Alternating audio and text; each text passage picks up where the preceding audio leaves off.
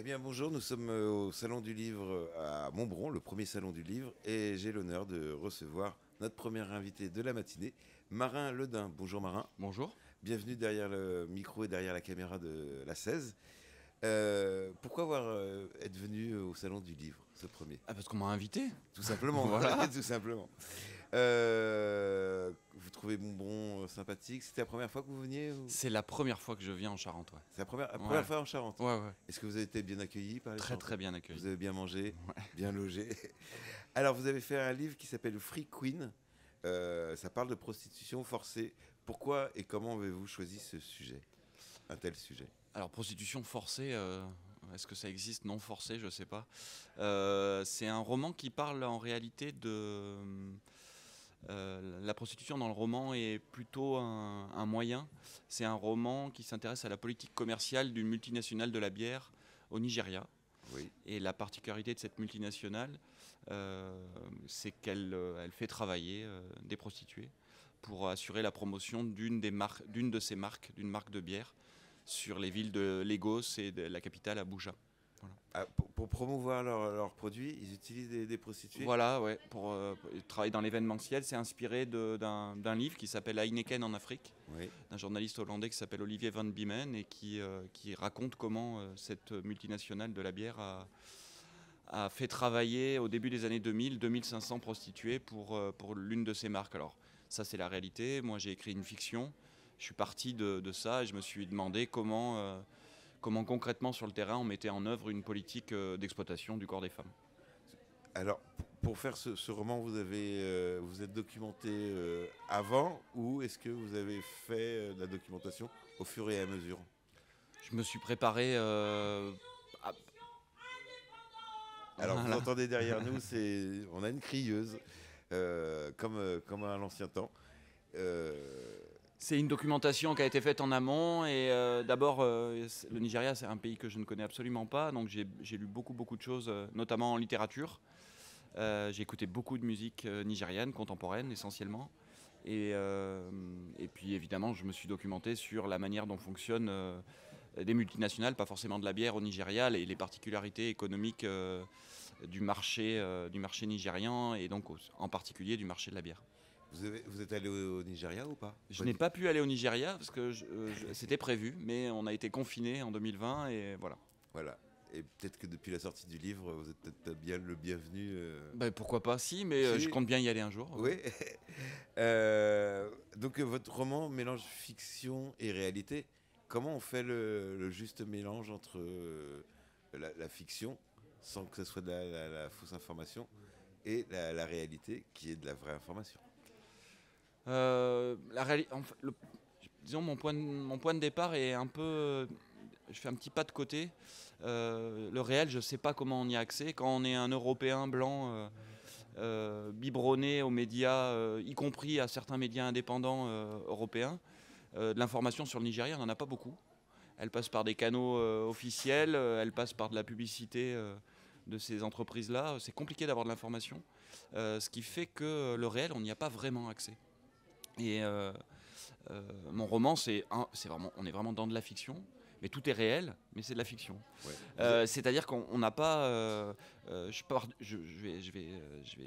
vais développer une hypothèse que je vais romancer, que je vais incarner dans des personnages, et je suis pas loin de penser que cette hypothèse est peut-être plus proche d'une réalité à laquelle j'aurais du mal à avoir accès, même si j'étais journaliste, que je ne suis pas. Vous avez rencontré des gens pour écrire ce livre? Vous avez rencontré des Nigériens en France ou... Alors, je n'ai pas rencontré de Nigérians. J'ai été en contact avec un certain nombre de personnes qui gravitent, on va dire, autour des thématiques du roman. Mais j'ai été en contact uniquement par voie informatique, quoi. Je ne les ai pas rencontrés personnellement.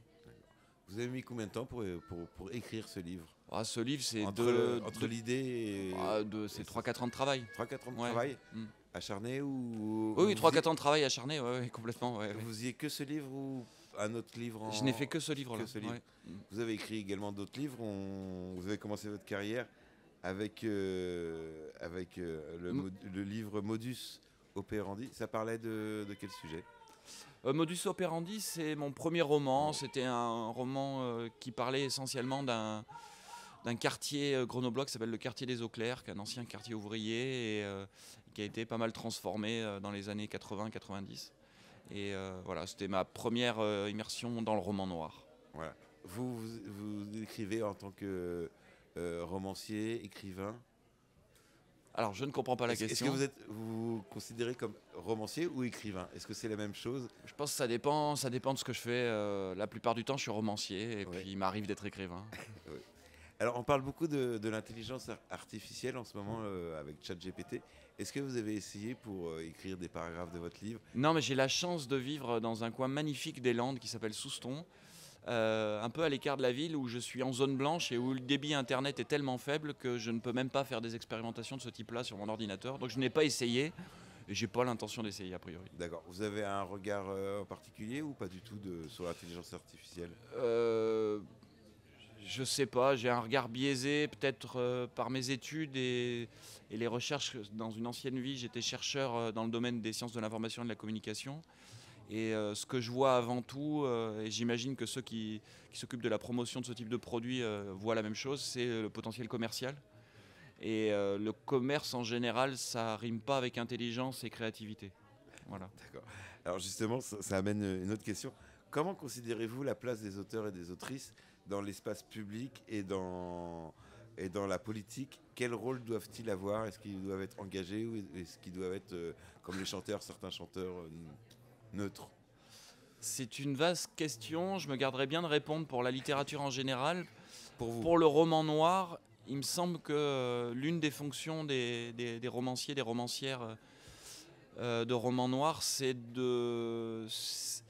d'écrire une littérature de critique sociale qui de plus en plus prend la place.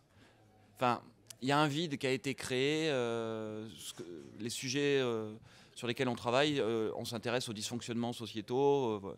Dans ces romans-là, on les met en scène, on les décrit. Et cette fonction-là, normalement, elle est aussi prise en charge par une certaine presse, qui est une presse indépendante, assez critique. Et cette presse-là, aujourd'hui, est de moins en moins indépendante. Elle a de moins en moins la possibilité d'être critique. Et le roman noir permet de pallier ce manque, quoi. Voilà.